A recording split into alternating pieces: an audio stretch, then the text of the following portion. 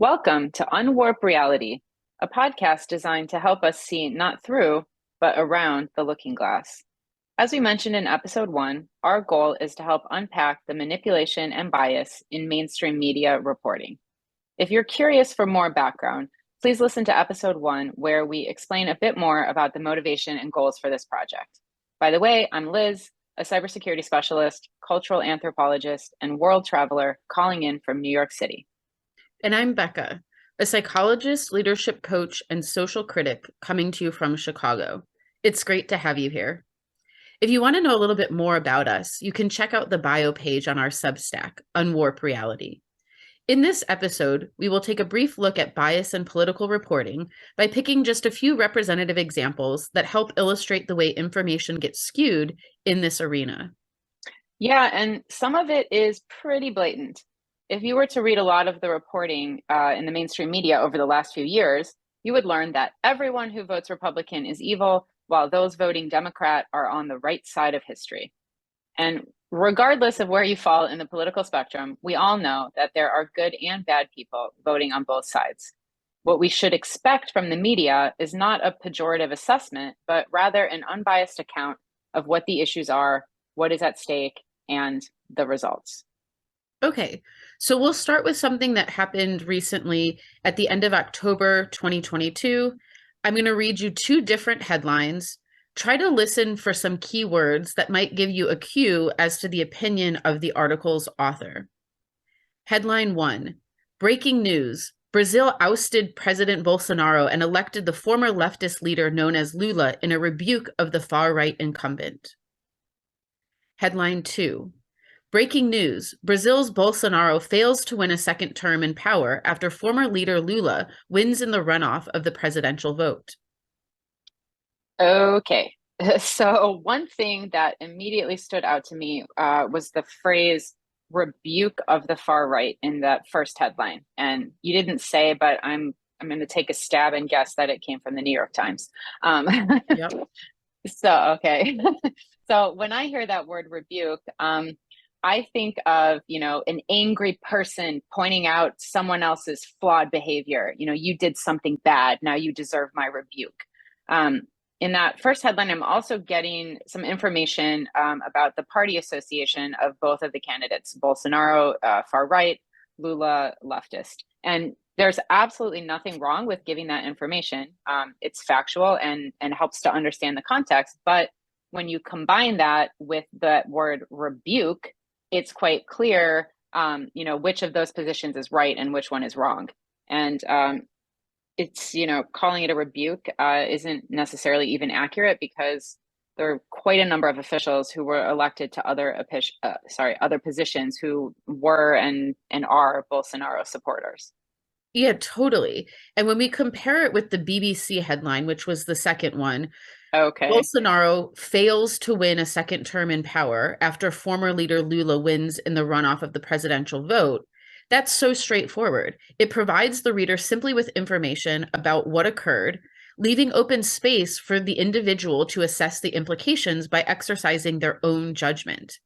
And I just want to go back again to that word rebuke, because the term implies a strong message against a position, like you were just saying. However, this election was a runoff, meaning that there were a significant amount of people who initially voted in favor of Bolsonaro's position. And in fact, the final results of the runoff were not a landslide. It was a difference of about 2% of voters. Yeah, so there we go with this word that has a lot of implications behind it. That doesn't necessarily match up with the reality. So let's stay with the New York Times for a moment and look at some headlines from the midterm elections in the US. So I'm going to read off two. And again, try to consider the way that the word choice used affects your opinion about these results. So here's the first one. Senator Catherine Cortez Masto pulled out a win in Nevada, ensuring Democratic control over the Senate. And the second one, Republicans seized the majority in the House, effectively giving the party a veto on President Biden's agenda for the next 2 years. Wow.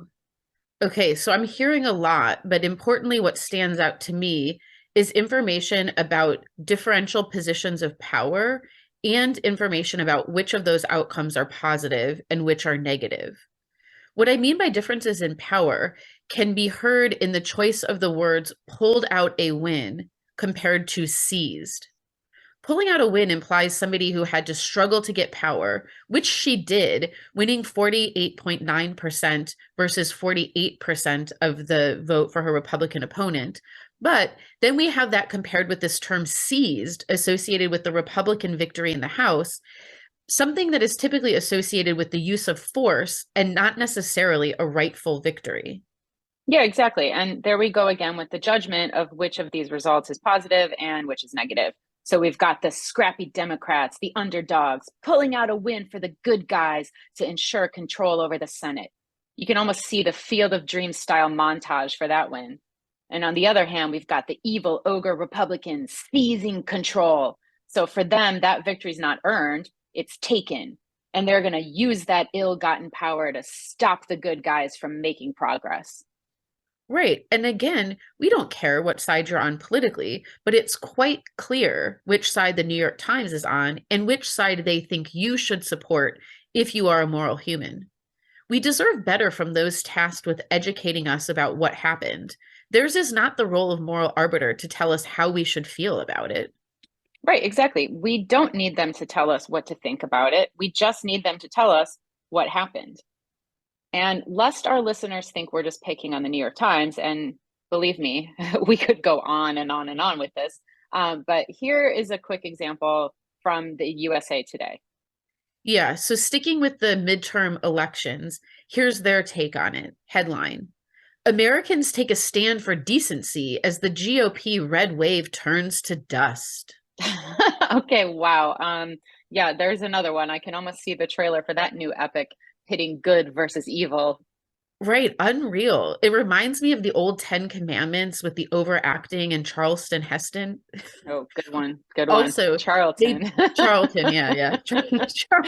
Charleston Chew was a good candy bar. Oh, But that was anyway, good. That was good. so the thing that I feel like is also kind of absent is an acknowledgement of the fact that as advocates for the party supposedly opposed to the infiltration of religion in politics, they're stealing heavily from biblical imagery here.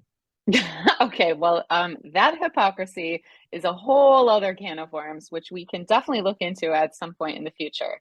But for today, just to recap, when reading about politics in your favorite sources or just those that you're stuck with, try to pay attention to the subtle or not so subtle ways that word choice and information included or left out is being used to manipulate your assessment of or your emotional response to the information. Right. And particularly consider how many of the sources clearly let you know how you're supposed to interpret the result in terms of is it good or is it bad?